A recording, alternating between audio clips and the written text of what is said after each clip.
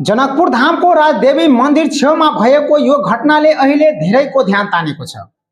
सार्वजनिक भएको भिडियोमा अटो रिक्साले गाडी छोएको विषयलाई लिएर एक भारतीय नागरिकले रिक्सा चालकसँग गाली गलौज गर्दै कुटपिट गरेको देखिन्छ। अब प्रश्न उठ्छ, यदि अटो रिक्साले गाडीमा क्षति पुर्याएको थियो भने त्यसको समाधान के हातपात गरेर गर्ने हो? होइन, त्यो 100% गलत हो।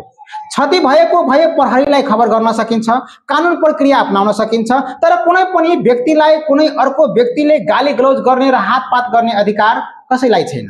नेपालमा आउने प्रत्येक विदेशी नागरिकले नेपालको कानुन र नियमको सम्मान गर्नुपर्छ। त्यसैगरी कुनै पनि नेपालीले विदेशमा गएर त्यहाँको कानुन उल्लङ्घन गर्न पाउँदैन।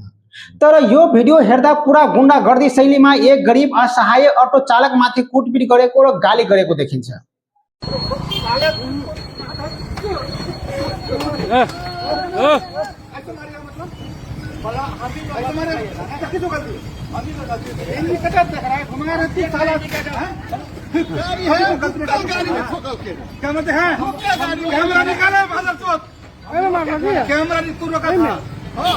कैमरा निकाले, कैमरा निकाले कि भाई निकल जाएगा।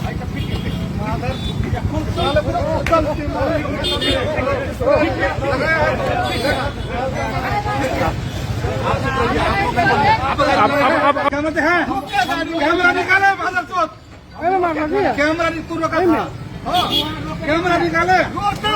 कैमरा निकाले कि भाई निकल जाएगा।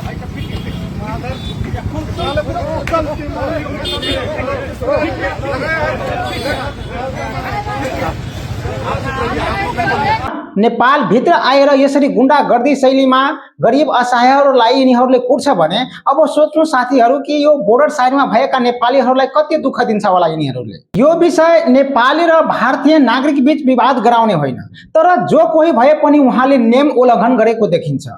त्यसैले म सम्बन्धित निकायसँग प्रशासनसँग आग्रह गर्न चाहन्छु कि घटनाको निष्पक्ष छानबिन गरी सत्य तथ्य पत्ता लगाई कानुन बमोजिम कारबाही गरियोस्। साथीहरू, यो भिडियो शेयर गरी सम्बन्धित निकायसम्म पुर्याउनुहोस् ताकि भविष्यमा अरूले पनि यस्तो गल्ती नगरोस् र गल्ती गर्नेलाई नियम कानुन हिसाबले सजाय मिलोस्।